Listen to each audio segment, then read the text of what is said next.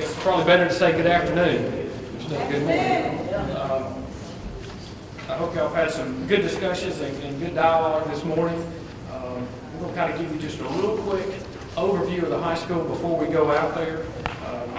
I know several of you have probably heard and seen some of the press on it. Probably the most notable thing is about $70 million, which seems to stick in everybody's mind. But I think when you go out there, you'll have a true appreciation for a lot of the environmental things that were done to preserve that site. Of course, work very closely with Beth and Dr. Haddock on the project because we are within 100 feet of the river. So with that being said, I'm going to kind of walk you through some things. Just real quick, the team that was on it, Davis Architect was the architect of record. Doster was the contractor. We had multiple consultants. Everybody was from Birmingham area with the exception of the landscape architect. Howell Beach is from South Carolina, and he actually worked on the Southern Progress building. That was one reason he got brought on this team. And a lot of the things that were done at Southern Progress were really incorporated out here. Just a quick view of the front of the school. You know, we did look at LEED in the school, and I hope everybody's familiar with leadership in energy and environmental design. It was the school board's intent to be really good stewards with the land. They really wanted to make this campus something that the students could learn from, you know, make it an educational facility from inside the building and then also outside the building. They're actually working on some outdoor classrooms and some other things like that. So they've really done a good job of incorporating that and hopefully teaching the students how to be better stewards with land and property, those kind of things. But at the end of the day, they did not, I guess, pursue the final LEED certification. Just so you know, it's pretty expensive to get that final plaque on the wall. The school board felt that, you know, they weren't going to get any more students because they had a plaque. Their intent was to have a very environmentally friendly building, but also have something that was good for the bottom line. They paid a lot more money for their energy systems, the HVAC systems, those kind of things to help with the long-term maintenance. So they didn't look at, you know, was it cheaper to build day one? They looked at 5 and 10 years out because they plan on being in this building for several years. I know it's probably difficult to see. We've got the Woodland parking here. You've got the main school building in this area. Husky Parkway is coming down here. You have Deerfoot Parkway back over in this area. We have what the landscape architect referred to as our Walmart parking lot, but I'll beg to differ when you go out there and see it. It's not really your Walmart parking lot, but we've got bus and all our kind of central utility plant on this end. I've got the auditorium on this end. You see a bridge that goes across the river there.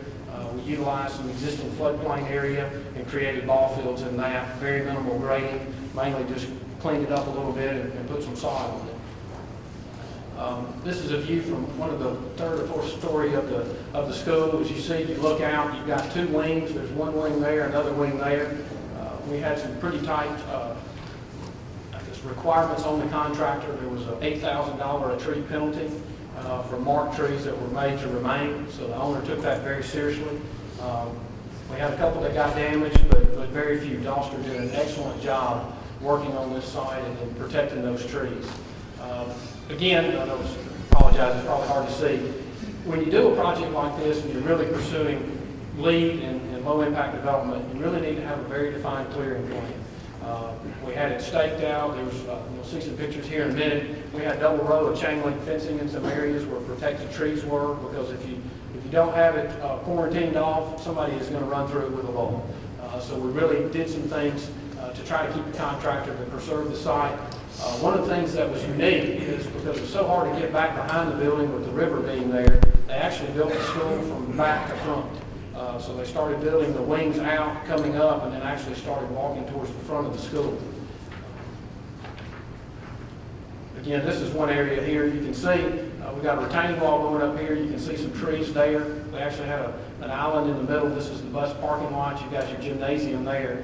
So the owner was willing to spend a little bit of money on some retaining walls. It would have been a whole lot easier just to go in there, knock those trees down and that little knoll down and come back and replant it. But they said, no, there's some really nice trees in here. We want to protect them. What do we need to do? I said, well, we can come in and do some side walls and keep that disturbance to a minimum. Again, here's another good shot from the river. You can see again just the close proximity of the trees to the building. You know, the the vision was that it almost looked like the building was just kind of dropped in there with a helicopter, but you didn't have a lot of disturbance and a lot of clearing going on. This is the woodland parking area. This was very beneficial from a couple of standpoints. One, you're probably all familiar with the heat island effect. Concrete paving is probably the best option for that because of its reflectivity, but it's also more costly. So what we wanted to try to do was kind of get benefits of both worlds. One, using the asphalt paving, which was cheaper, but also still taking care of the heat island effect. Because we have such a great canopy of trees over the area, we don't have any issues with heat island. It gives just a really nice area for teachers and seniors to park in, and I'd say probably it's one of the most unique aspects of the project. Again, we do have to worry about utilities, and I know one gentleman mentioned earlier about fire truck access. We want to make sure that if there is a fire, we can get it put out, because we do have 1,600 students in this building. But what we try to do is, if we had to disturb a strip, get as much of that strip as we could, so we didn't have to go somewhere else. In this area here, you can see there's a sanitary sewer manhole. We've got a 36-inch sewer that runs through there. We've got a 10-inch fire main. We have fire truck access. We have a walkway. So we try to incorporate a lot of things in there. We actually use a gravel drive here. The school board's kind of letting that just get filled back up with leaf clutter. So you really don't see that. But again, it's not really a hard paved surface. You can get some infiltration. We've got some markers. You can barely see it right there. There's a little wooden post with a reflector on it. So the fire marshal knows the sidewalk on one side, the markers on the other. He knows where his fire path is. This shot here is the second entrance, which we'll probably go in when we get to the school.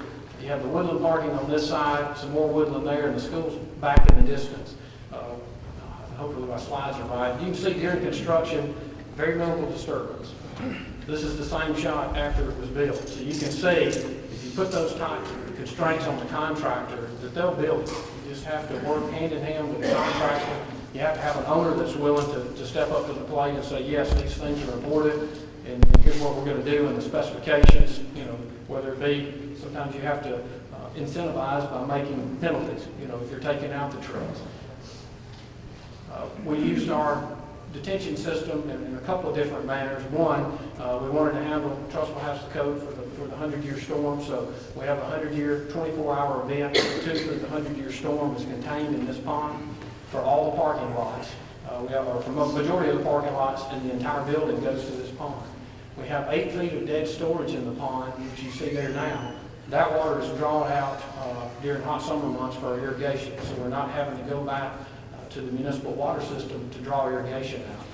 So that has worked very well. We actually have 3 15-inch storm pipes that exit the front of the building to take all the roof water to this facility. This is what the landscape architect called the Walmart parking lot, but I think y'all agree it's a little bit different. We don't have any curb and gutter except on the end caps of the islands to protect those trees. What we did is we actually have this area depressed here about a foot from each edge of the paving. So, you save money from the standpoint if you don't have curb and gutter at $10, $12 a foot on both sides of the island. We come in here with some plant material that helps us take out, our tow suspended solids. You're helping out with phosphorus, nitrogen, a lot of different things, oils, greases. You've always got an opportunity for that material to break down. Also, one of the most important things is we're providing groundwater recharge. I don't know if Beth and them have spoke yet, but these flash flood events we get, they don't really do a whole lot for our water table. They actually wind up, down in the Gulf and don't do a whole lot for us here. But when we do things like this, we're actually being able to recharge that groundwater table. It's been very well received. We used, recycled tires for the wheel stops instead of doing the concrete wheel stops. Just things like that to try to see what we could do to encourage some recycling. Again, detailed grading plan. One of the things that we held to was the LEED standard. They don't want you to disturb.